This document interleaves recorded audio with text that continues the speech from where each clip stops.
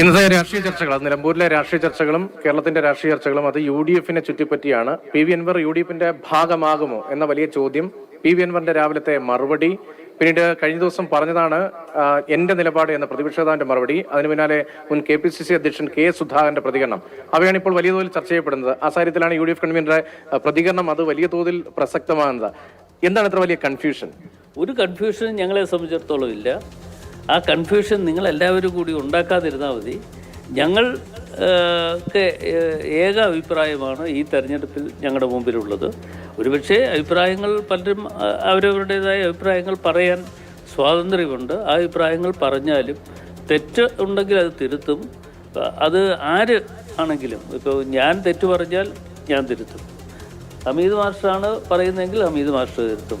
PC വിശ്വനാഥാണ് പറയുന്നതെങ്കിൽ അദ്ദേഹം തിരുത്തും. എന്ന് വെച്ചാൽ അത് ഉൾക്കൊള്ളാൻ പറ്റുന്നതാണെങ്കിൽ, അങ്ങനെയാണ് എങ്കിൽ അത് മനസ്സിലാക്കിക്കൊണ്ടുള്ള പ്രവർത്തനങ്ങൾക്ക് UDF നേതൃത്വം. ഇപ്പോൾ PV അൻവറാണ് ഇപ്പോഴത്തെ ചർച്ചകളുടെ പ്രധാനപ്പെട്ട ഒരു കേന്ദ്രമായി മാറുന്നത്. കോൺഗ്രസ് ആഗ്രഹിക്കുന്നതല്ല, UDF ആഗ്രഹിക്കുന്ന ഒന്നല്ല PV അൻവറിലേക്ക് ചർച്ചകൾ കേന്ദ്രീകരിക്കുക. പക്ഷേ PV അൻവറിനെ കേന്ദ്രീകരിച്ചുള്ള ചർച്ചകളാണ് ഇപ്പോൾ നടക്കുന്നത്.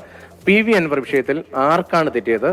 പ്രതിപക്ഷ നേതാവിന് തെറ്റിയിട്ടുണ്ടോ? ഇപ്പോൾ KPCC മുൻ അധ്യക്ഷൻ K സുധാകരന്റെ പ്രതികരണം അല്പം മുമ്പ് വന്നത്, അത് സതീശൻ ഒറ്റയ്ക്കല്ല കാര്യങ്ങൾ തീരുമാനിക്കുന്നത് എന്നതാണ്. അതായത് ഭിന്നസ്വരം അൻവറിന്റെ കാര്യത്തിൽ കോൺഗ്രസിനുണ്ട് എന്ന് പൊതുസമൂഹത്തിന് തോന്നുകയാണ്. എന്താണ് അക്കാര്യത്തിൽ മുന്നണിയുടെ നിലപാട്? അങ്ങനെ ഒരു വ്യത്യസ്ത അഭിപ്രായം ഉണ്ടോ? അങ്ങനെ ഒരു അഭിപ്രായം ഞങ്ങൾക്കില്ല. തൽക്കാലം ഇപ്പോൾ അങ്ങനെ ഒരു അഭിപ്രായം വന്നിട്ടില്ല. എന്താ കാര്യം എന്ന് ചോദിച്ചാൽ, ഇപ്പോൾ PV അൻവർ അദ്ദേഹത്തിൻ്റെ ഒരു അഭിപ്രായം പറയും, അതേസമയം ഞങ്ങളുടെ നേതാക്കന്മാർ ഞങ്ങളുടെ ഒരു അഭിപ്രായം പറയും. ഇതൊന്നും അതിൻ്റെ സമയമായിട്ടില്ലല്ലോ, എല്ലാം വരാൻ പോകുന്നതല്ലേ ഉള്ളൂ.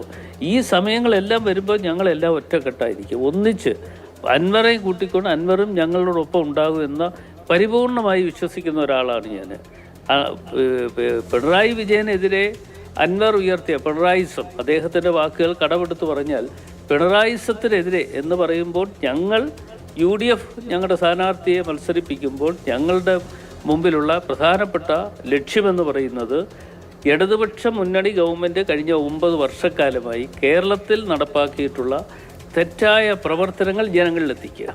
അതാണ് ഞങ്ങളുടെ ലക്ഷ്യം. ആ ലക്ഷ്യത്തോടൊപ്പം ചേർന്നുകൊണ്ടാണ് ശ്രീ PV അൻവറും പിണറായിസത്തിനെതിരെ പറയുന്നത്. അതായത് PV അൻവർ UDF ഭാഗമാവുകയാണെങ്കിൽ UDF ഘടകകക്ഷി എന്ന നിലയിലാണോ അതോ സഹകരിക്കലാണോ? ഇപ്പോൾ അക്കാര്യത്തിൽ എനിക്ക് കിട്ടിയ ഉറപ്പൊന്നും പാലിക്കപ്പെട്ടില്ല. അത് പ്രതിപക്ഷത്തിന് എതിരെയായിരുന്നു രാവിലത്തെ പത്രസമ്മേളനത്തിലെ പ്രതികരണം.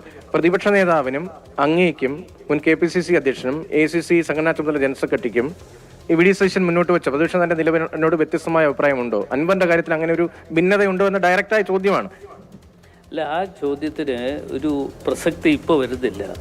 നേരത്തെ എന്ത് നടന്നു എന്നതിനെക്കുറിച്ച് എന്നെ സംബന്ധിച്ചിടത്തോളം എനിക്ക് വ്യക്തമായ അഭിപ്രായം പറയാൻ കഴിയില്ല. ഞാൻ UDF കൺവീനറായിട്ട് ഞാനും ശ്രീ വിഷ്ണുനാഥും ഒക്കെ നേതൃത്വത്തിൽ വന്നത് ഈ അടുത്ത ചുരുക്കിയ ദിവസങ്ങളെ ആയിട്ടുള്ളൂ. അപ്പം ഞങ്ങൾ പുതിയതായി നേതൃത്വത്തിൽ വന്നതിന് ശേഷം മുൻപ് നടന്നിട്ടുള്ള ഇന്നതാണ് എന്ന് പറഞ്ഞാൽ അതിന് ഒരു അഭിപ്രായം പറയാൻ തൽക്കാലമില്ല. പക്ഷേ ഇനിയിപ്പോൾ ഉള്ള നാളുകളിൽ ഞങ്ങൾ ചെയ്യാൻ പോകുന്നത്, ഇപ്പം UDF യോഗം തന്നെ ഞങ്ങൾ 3-ാം തീയതി യോഗം വെച്ചിരുന്നതാണ്.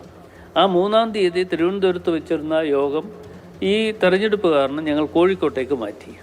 അപ്പോൾ കോഴിക്കോട് യോഗങ്ങൾ വരുന്ന UDF യോഗമാണ്, മറ്റുള്ള യോഗമല്ല. ആ UDF യോഗം വരുമ്പോൾ മുന്നണി സംവിധാനത്തിൽ ഞങ്ങളുടെ മുതിർന്ന നേതാക്കന്മാരുണ്ട്. ഇപ്പോൾ മുസ്ലിം ലീഗുണ്ട്, ഞങ്ങളോടൊപ്പം നിൽക്കുന്ന മുസ്ലിം ലീഗ് ഉൾപ്പെടെയുള്ള വിവിധ ഘടകകക്ഷികളുണ്ട്. അവരുടെയൊക്കെ അഭിപ്രായങ്ങൾ ഞങ്ങൾ തേടും.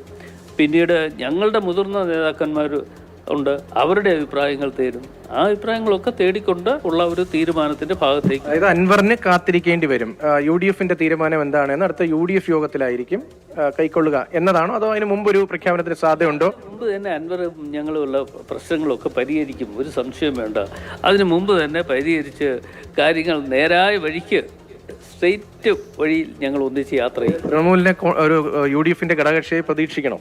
ഇപ്പോൾ ഇന്ത്യ മുന്നണിയിൽ കക്ഷികളാണല്ലോ. തൃണമൂൽ എന്ന് പറയുന്നത് ഇന്ത്യ മുന്നണിയിലെ ഒരു പ്രധാനപ്പെട്ട കക്ഷിയാണ്. എന്തായാലും ആ കാര്യങ്ങൾ ഓൾ ഇന്ത്യ കോൺഗ്രസ് കമ്മിറ്റിയുമായിട്ടൊക്കെ ബന്ധപ്പെട്ടുകൊണ്ട് അതിനുള്ള ഒരു തീരുമാനത്തിലേക്ക് വരും. ഇത് ഈ വിഷയം കൈകാര്യം ചെയ്തതിൽ ഒരു പിശക് പറ്റിയെന്ന് തോന്നലുണ്ടോ? രണ്ട് അഭിപ്രായമുണ്ട് എന്ന് തോന്നലുണ്ടോ? നേരത്തെയുള്ള നേതൃത്വം, ഇപ്പോൾ KPCC അധ്യക്ഷനായിരുന്ന കെ സുധാകരൻ ഉൾപ്പെടെ സ്വീകരിച്ച നിലപാട്, അൻവറിന് കൊടുത്ത ഉറപ്പുകൾ, അത് പാലിക്കപ്പെടുന്ന തരത്തിലായിരുന്നില്ല ഇപ്പോൾ നടന്ന ചർച്ചകൾ തോന്നുന്നുണ്ടോ? അങ്ങനെ അഭിപ്രായം എന്നെ സംബന്ധിച്ചിടത്തോളം ഇല്ല. പലപ്പോഴും പല കാര്യങ്ങളും ചർച്ച ചെയ്യപ്പെടും. ചർച്ച ചെയ്യുന്നത് അത് തീരുമാനങ്ങൾ എടുക്കേണ്ടതാണെങ്കിൽ അന്ന് തീരുമാനങ്ങൾ എടുക്കും. അതിനുശേഷം അത് മാറ്റേണ്ടതാണെങ്കിൽ അവർ കൂട്ടായി ആലോചിച്ചുകൊണ്ട് അത് മാറ്റും. അതൊക്കെയാണ് ഒരു മുന്നണി സംവിധാനത്തിൽ ഉണ്ടാകുന്ന ഒരു ഏർപ്പാട്. നന്ദി. PV അൻവർ വിഷയത്തിൽ ഗൗരവതരമായ ആലോചനകൾ നേതൃതലത്തിൽ നടക്കുന്നുണ്ട്. അതേസമയം ACC പ്രഖ്യാപിച്ച സ്ഥാനാർത്ഥി, ആ സ്ഥാനാർത്ഥി പ്രഖ്യാപനത്തിന് ശേഷം സ്ഥാനാർത്ഥിക്കെതിരെ സംസാരിച്ച ആളെ എങ്ങനെ മുന്നണിയുടെ പ്രധാനപ്പെട്ട ഭാഗമാക്കും, നിരുപാധിക പിന്തുണ എന്ന നിലപാട് കോൺഗ്രസ് നേതാക്കൾക്കുണ്ട്. അക്കാര്യത്തിലാണ് ഇപ്പോൾ UDF കൺവീനർ അടൂർ പ്രകാശിന്റെ പ്രതികരണം വന്നത്. ചർച്ചകൾക്കും കൂടിയാലോചനകൾക്കും ശേഷമായിരിക്കും ഇക്കാര്യത്തിൽ തീരുമാനം ഉണ്ടാവുക എന്നതാണ് നിലപാട്.